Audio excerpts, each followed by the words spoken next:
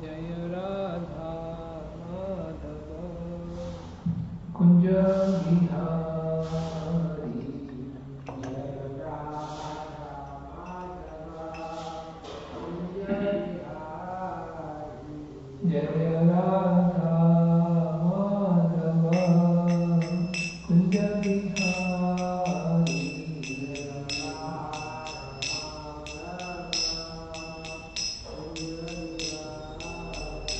जय गोपी जन वल्लभा जय Girivardhari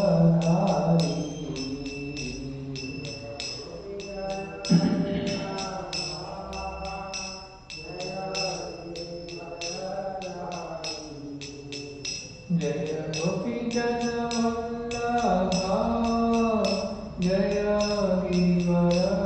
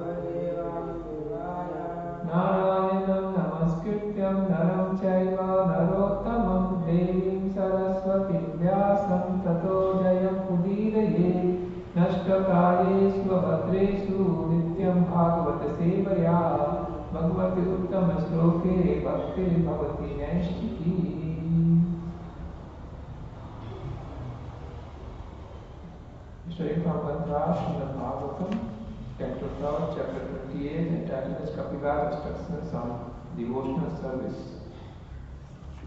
Text number 13. Text number 14. Okay. Text number 14.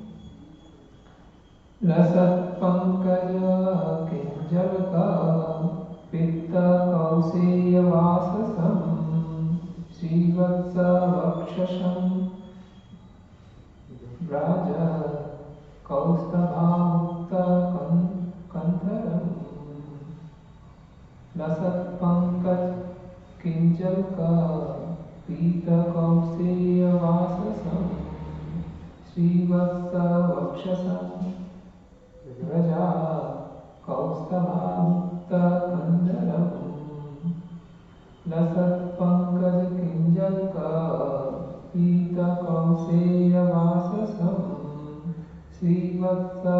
Vakshasam Raja Kaustava Mukta Kandaram.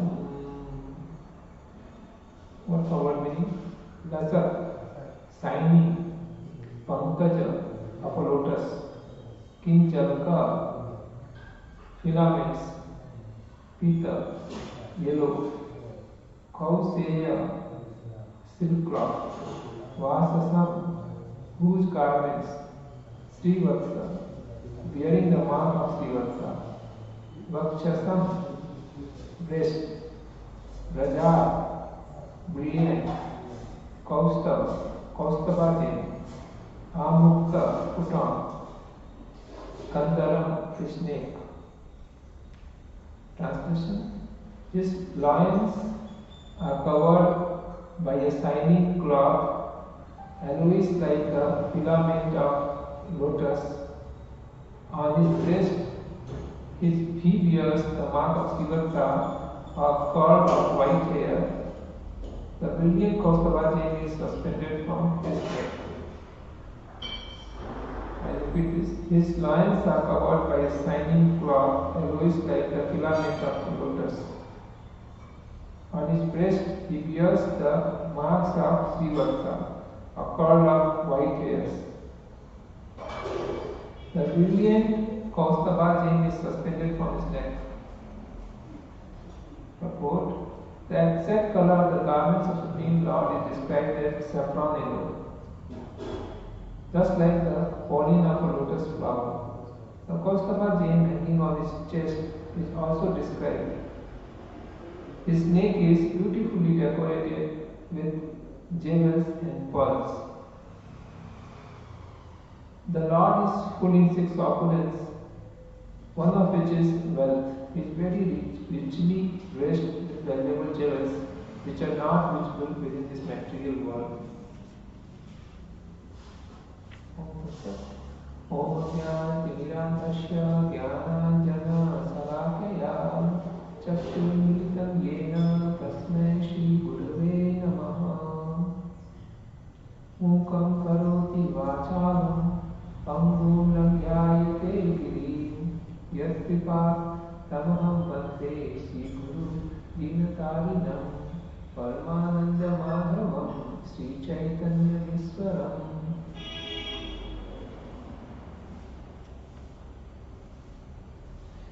Here it is section about the Lord beauty is described.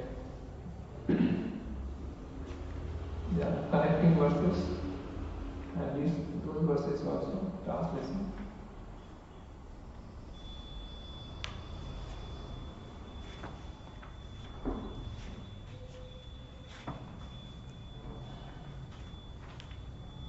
Sri Bhagavan Vacha, the personality of Godhead, said, my dear mother, O daughter of the king, now I shall explain to you the system of yoga, the object of which is to concentrate the mind. By practicing this system, one can become joyful and progressively advance towards the path of absolute truth.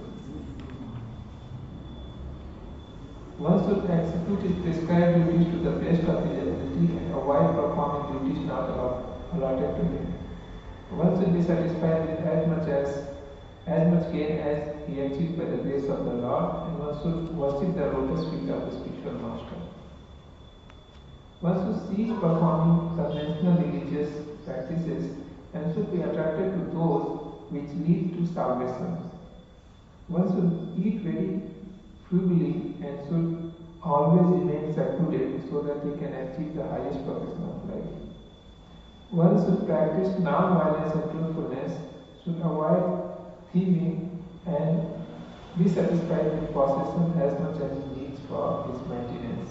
He should abstain from sex life, perform austerity, be clean, study the Vedas, and worship the supreme form of Supreme Personality of Godhead. One must observe silence, acquire steadiness by practicing different yogic postures, control the breathing of the vital air, withdraw the senses from sense object, and thus concentrate the mind on the heart. Fixing the vital air and the mind in one of the 6 circles of vital air circulation within the body, thus concentrating one's mind on the transcendental pastime of the Supreme Personality of Godhead is called Samadhi or Samadhana of mind. By these processes or any other true process, one must control the contaminated, unbridled mind, which is always attracted by material enjoyment, and thus fix himself in thought of Supreme Personality of Godhead. After controlling one's mind and sitting postures, one should spread a seat in a secluded and sanctified place, sit there in an easy posture, keeping the body erect, and practice breathe with control. The yogi should clear the passage of vital air by breathing in the following manner. First, he should inhale very deeply and hold the breathing, and finally exhale, or reversing the process. The yogi can first exhale, then hold the breath outside, and finally inhale. This is done so that mind may become steady and free from external disturbances. The yogis who practice such breathing exercise are very soon free from all mental disturbances, just as gold, when put into fire and fanned with air, becomes free from all impurities. By practice of the process of pranayama, one can eradicate the contamination of his physiological conditions, and by concentrating the mind, one can become free from all sinful activities. By restraining the senses, one can free himself from material association, and by meditating on the Supreme Personality of Godhead, one can become free from the three modes of material attachment. When the mind is perfectly purified by this practice of yoga, one should concentrate on the tip of the nose with half-closed eyes and see the form of the Supreme Personality of Godhead. The Supreme Personality of Godhead has a cheerful lotus-like countenance with ruddy eyes like the interior of a lotus and swarthy body like the petals of a blue lotus. He wears a conch, discus, and mace in 3 of his hands. Today's verse 1. His loins are covered by a shining cloth, arose like the filament of lotus. On his breast, he wears the mark of a silver thumb, a cord of white hair. The brilliant Kaustubha gem is suspended from his neck. Having explained about the process of Ashtanga Yoga and how each links have to concentrate the mind on the supreme form of the Lord, especially in the Paramatma feature, which is seated in the heart. So it is the goal of yoga is to bring the senses and mind under control in order to one can steadily meditate on the form of the Lord. And when one is such a way fixed, he is called in samadhi. Described here that how pranayama helps by inhaling and exhaling the breath. Inhaling and upholding the breath and then exhaling, or completely exhaling and then upholding and then slowly inhaling. So this is how pranayama is done, and this helps us to concentrate the mind. The whole purpose of yoga is to link with the Lord. Therefore, yoga word itself is the process which links with the God. If we just perform asanas or pranayama but we keep a good health, good mental status and use it for sense gratification, then the whole thing is lost. Similarly, we are performing devotional service. The process of devotional service is meant to please the Lord, please Guru and Krishna. And we get engaged in so many activities and we miss out to please and Guru and Krishna. Then the purpose is lost.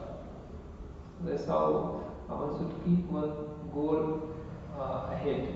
One should be focused why I am doing what I am doing. So it is described about the form of the Lord. The Lord is having a form. See, there are transcendentalists who try to find out the Lord by the instinct of logic,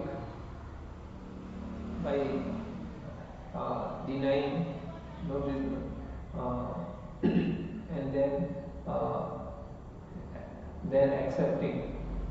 It's called naiti, not this, not this, not this. So,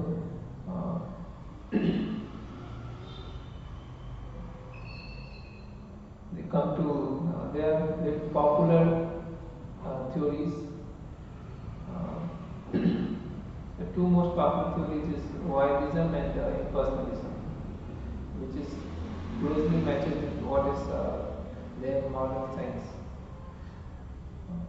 Voidism means the life as or consciousness as produced from the combination of matter.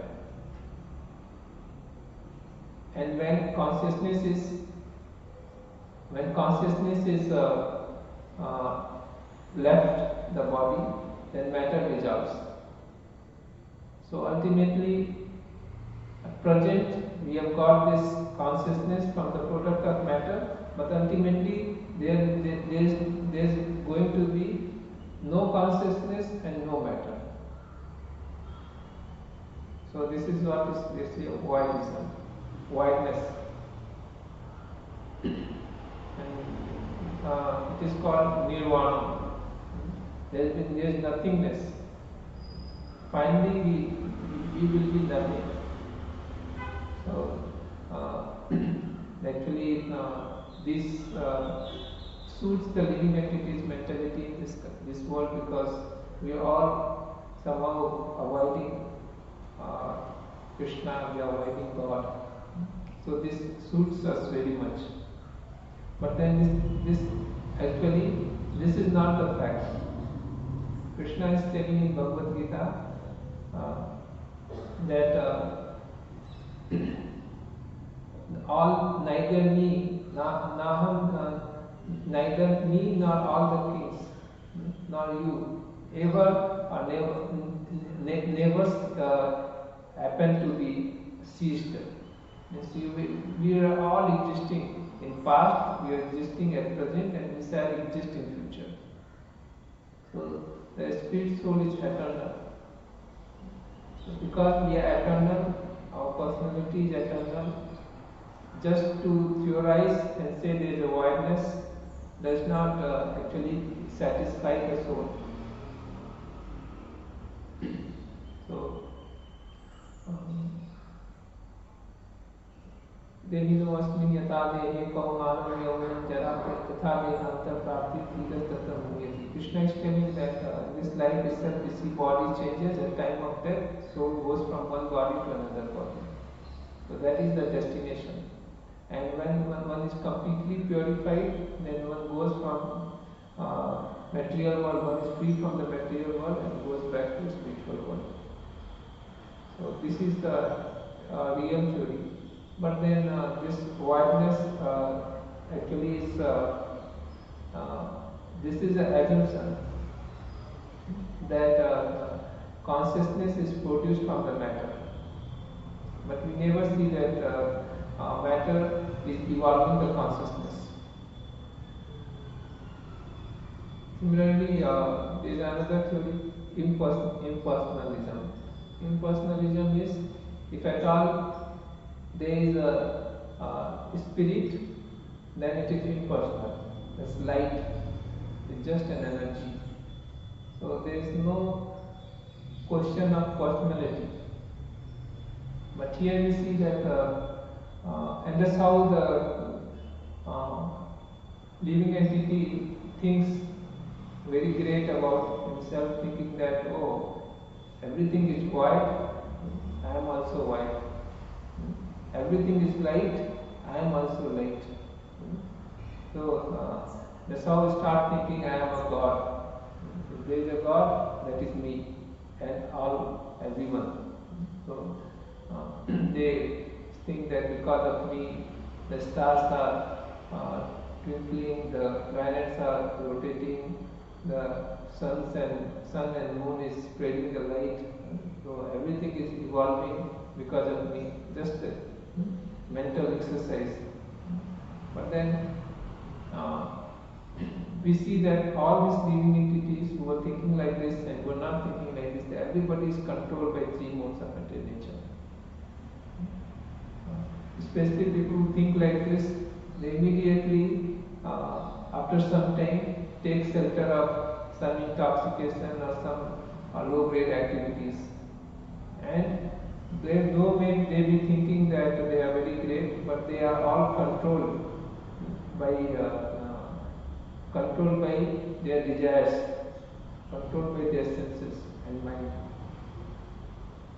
And it is clearly described about the personality of the Lord. Described that the Lord is situated in everyone's heart. He is sitting in everyone's heart, and it described his form is so beautiful. The same Lord who is staying in Golok Vrindavan, he is mercifully extended himself and sitting in everyone's heart and accompanying all the living entities. Golok eva nivasati akhilatma bhuto govindam adi purusham tamam bhajami. So Lord Brahma is praying that though he is there in Golok Vrindavan, still he is present in everyone's heart. Golok eva nivasati akhilatma bhuto. In all the living entities' heart he is present. The Lord. So his form is described is so beautiful. His color is described that his color is like blue lotus or newly arrived cloud. Very beautiful. The Lord. Actually, the Lord is compared with lotus. Because anything in this matter, because Lord is extraordinarily beautiful and there is no comparison for the Lord. But if we want to understand the beauty of the Lord, we can just compare with the best thing in this material world. But the Lord is unlimitedly more beautiful than any of such things. So it's compared that it's like a lotus.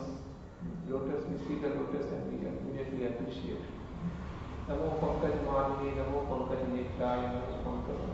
So Prakriti Maharaj is glorifying that how the Lord's eyes are like lotus petal, his feet are like lotus, his nails are like lotus, and he is also wearing the lotus garland. So the whole body of the Lord is described with lotus, or is compared with the moon. So Hitai Pada Kamala Koti Chandra Susitara. This describes the Lord's lotus feet is more soothing than millions of moons together. The Lord's full body is described as a 20 and a half moon. Different limbs of the body of the Lord represent different moon. Because moon we see is a nicely shaped and very attractive, very beautiful, very soothing. The moon has two functions. It provides vegetations, and in this way it maintains and nourishes the life, and then it gives coolness. So people have a soothing experience. So similarly, the Lord is maintaining all the living entities, and the Lord is relieving them from the threefold material miseries, three tapas. Adi Devik, Adi Atmik, Adi Bhautik. So the Lord is relieving all the living entities from the three tapas. The moon is able to give a soothing experience, but still the living entities they go through this suffering. But the Lord is relieving everyone from their three tapas immediately. This is the fact of the Lord's form. It is said that during this Kaliya Daman Lila, the Lord subdued the pride of Kaliya, and all the gopas and cows, calves, they went to Yamuna and they somehow drank the water, and the water was poisoned by Kaliya's name. And as soon as they actually touched the water, they all felt unconscious. And the Lord came there to searching them, and then he found they all, fallen dead. The Lord mercifully just looked on each one of them, and just by his glance, they all revived their life. It is said that there is a nectar in the Lord's vision, and the Lord is seeing, actually the nectar is raining from the Lord's vision. We know that the water which washed the lotus feet of the Lord, Ganges, also carries the nectar from there. Therefore we say Charnamritam, the nectar which has washed the lotus feet of the Lord. It is pure of all diseases, especially material disease. Janma Mrityu Jara Vyadi. There is no other medicine for this. This is only by the dust of the lotus feet of the Lord, Charnamritam, we can be pure of this, we can revive. Only the vision of the Lord. Therefore we come to the temple, because we may not be able to see the Lord and appreciate the Lord with our contaminated vision. But definitely when we present ourselves in front of the Lord vision falls on us and we become purified. So therefore we keep ourselves longer time in front of the Lord.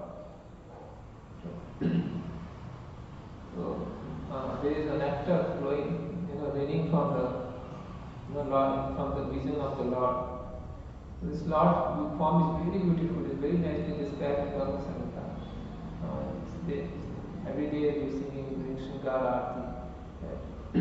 Venum padantam arvindadalayatacham varahavatam samasitam buddhasundarangam kandalpakoti kamaniya visesa soham govindam adipurusham tanaham bhajami alola chandra kalasatvanamale vamsi ratnangadam pranayakeli kalavirasam syamam divangalalitam niyata prakasam govindam adipurusham tanaham bhajami angani yasya sakalendriya vittimanti pasyanti panti kadayanti chiram jaganti ananda chinmaya satujjvala vigrahasya govindam adipurusham tanaham bhajami.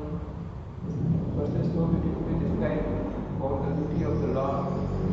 The Lord is having a celebrated flute.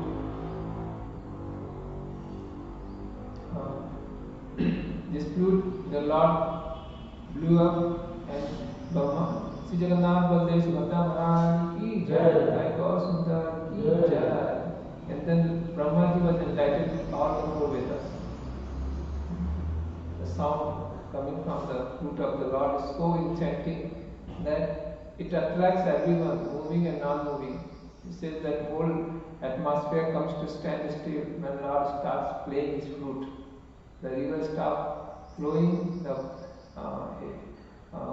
the birds, they stop chirping, the calves, they stop milking the cows.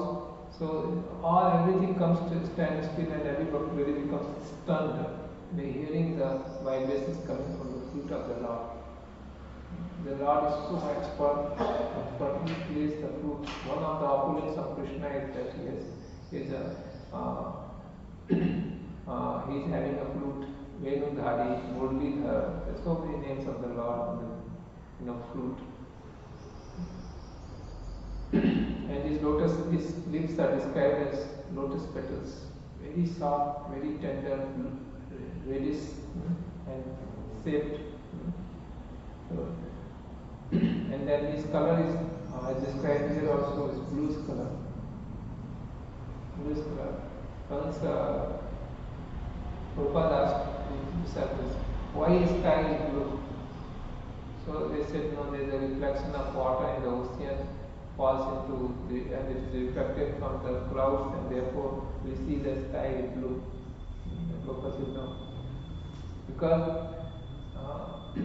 the Lord, from the Lord's body, effulgence is coming, Anga Kanti, effulgence from the body of the Lord. And since the Lord is in bluish color, so the light which comes from the Lord, brilliance which comes out of the Lord, that is also blue color. And that brilliance actually is reflected by the luminaries in this material universe. So, because the sunlight, the reflection is reflection of the hue of the Lord's body, and therefore we see here in the sky is also blue color. This is actually the fact. This is the Lord's very beautiful form of the Lord, very beautiful color, having the newly cloud color or this blue lotus. And his eyes are also extremely beautiful, lips are beautiful, ears are large shaped ears, and then he put this earrings which has crocodile shape.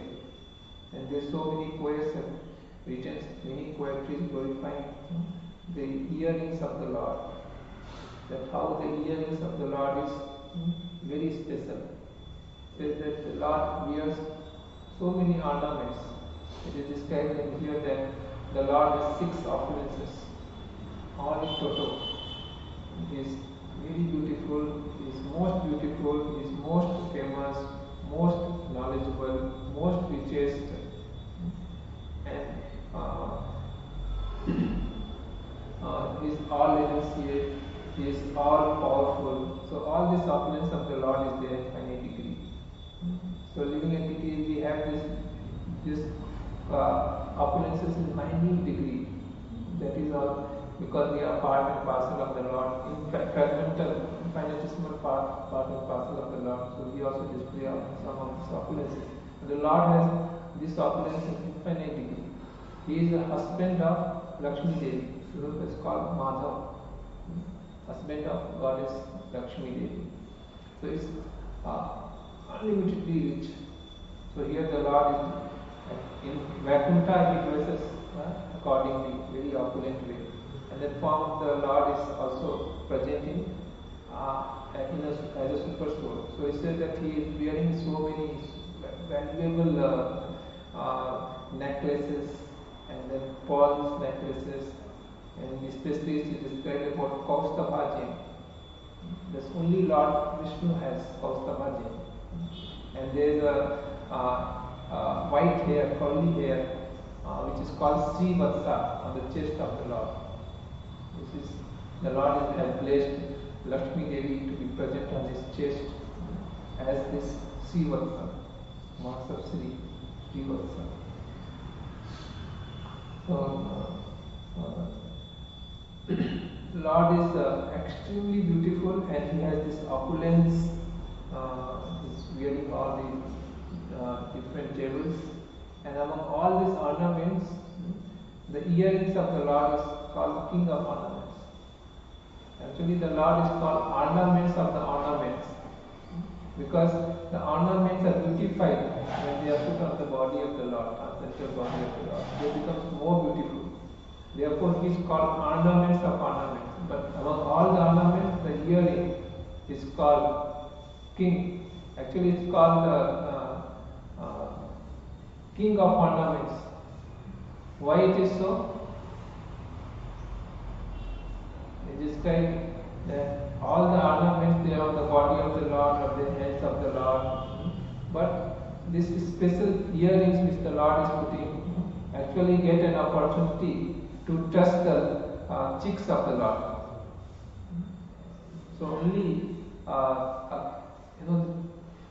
king will have this most sought opportunity to actually kiss the cheek of the Lord, because earrings got such an amazing opportunity. Therefore, he is described as the king of all the ornaments. Lord is so extremely beautiful.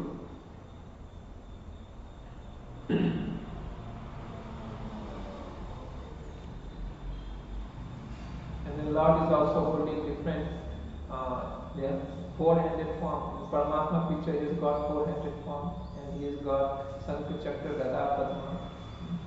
It's all weapons, and the Lord is blessing Kach and Padma lotus. So he's got in his forehead all these different things. And to meditate on the Lord actually uh, gives nourishment to the soul. The soul, by just meditating on the Lord, the soul is satisfied. The soul becomes happier.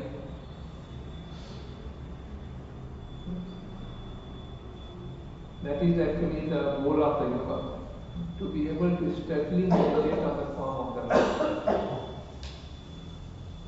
The gopis, they are so much absorbed in meditating on the form of the Lord is that even they don't want to miss it for a fraction of moment.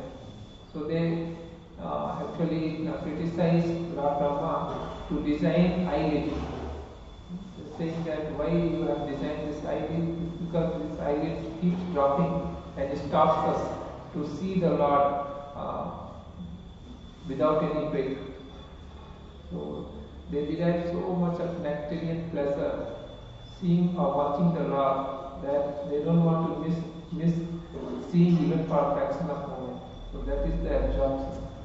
The Lord's form is so beautiful. But we see that conditional state, the living entity want to experience everything except form of the Lord. Sometimes we see that some visitors, they will come and they will see, they will look around everything, but they will not see the deities. So, because the living entities have forgotten the Lord and unfortunately busy in experiencing all rotten things. So it's not able to experience or enjoy the beauty of the Lord. Prabhupada narrated the story of a fisher woman. There were two ladies. One was fisher lady, she used to sell fish, and there was another lady, she used to sell flowers in Poo market. So both of them were somehow friends from a village. And one time, this fisherwoman was invited to this Poo lady, flower lady, and she came there and she was she was there in her house and became late. So our house was far away, and this friend said, no, don't have to go in the night time. You stay here, sleep here. Next day morning you can go, no problem. And this fisherwoman slept in the house of this flower lady. And the morning, before going, she complained, what is this? I would have better gone. Why? I could not sleep over the whole night. There's so much flower smell is coming. In her house only there will be fish smell. So flower smell, such a fragrance will be there in the house. But she is not able to bear that fragrance, because she is accustomed for the fragrance of fish. So this is the situation of the living entity in material world. We are absorbed in the beauty, so-called beauty of material world, that we don't actually experience the real beauty of the Lord. But the Lord, for pure devotees, they can't even keep their eyes off seeing the Lord.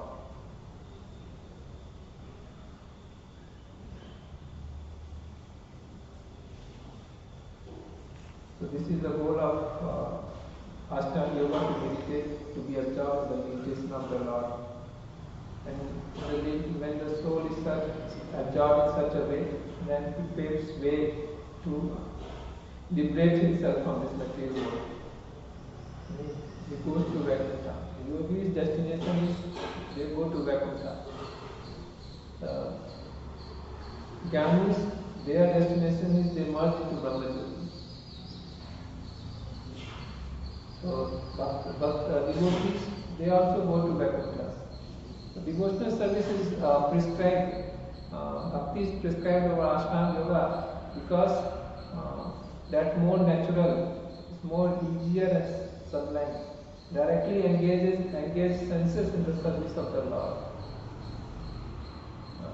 Risikena Risikesa Sevanam Bhakti Uchyate. So, devotee directly understanding that Krishna is someone who is cause of all cause, cause, absolute truth. So directly they engage in his service. And in this way, their senses and their mind automatically comes under control without much of effort. And they very quickly gain the purpose of yoga, which is absorption in the meditation of the Lord. But we see, compared to the Bhakti Yogi, Ashtanga yogis, they have to put so much effort to bring their senses and mind under control. So much effort they have to put and take so much of time. And still, there is a risk that they may fall back from their practices. But devotees very easily, very quickly, and steadily, without falling back, they achieve their goal. There are so many incidents we see that how Vishwamitra, Saubhari Muni, they were all great yogis. They had reached to the success, but they were actually fall from their position. We see there are incidents where Haridas Thakur, they all practicing Bhakti Yoga, and they were able to control their senses completely. Ambrish Muni, Ambrish Maharaj, where Durvasa Muni becomes very controlled, very angry, Ambrish Maharaj is very calm and quiet. So his control over his mind. Durvasa Muni they performed meditation for thousands and thousands of years, but Ambrish Maharaj was just engaged all his senses within this short lifespan. He was so much fixed in the Lord. So this is the Bhakti Yoga process. Tantra Srimad Bhagavatam ki jai, Kripa Prabhupada ki jai.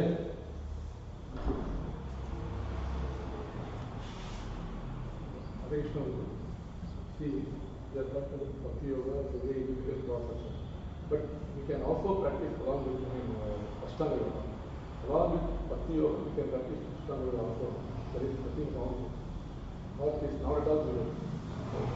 We can give some concentration also when we are doing our service. When we practice Ashtanga Yoga.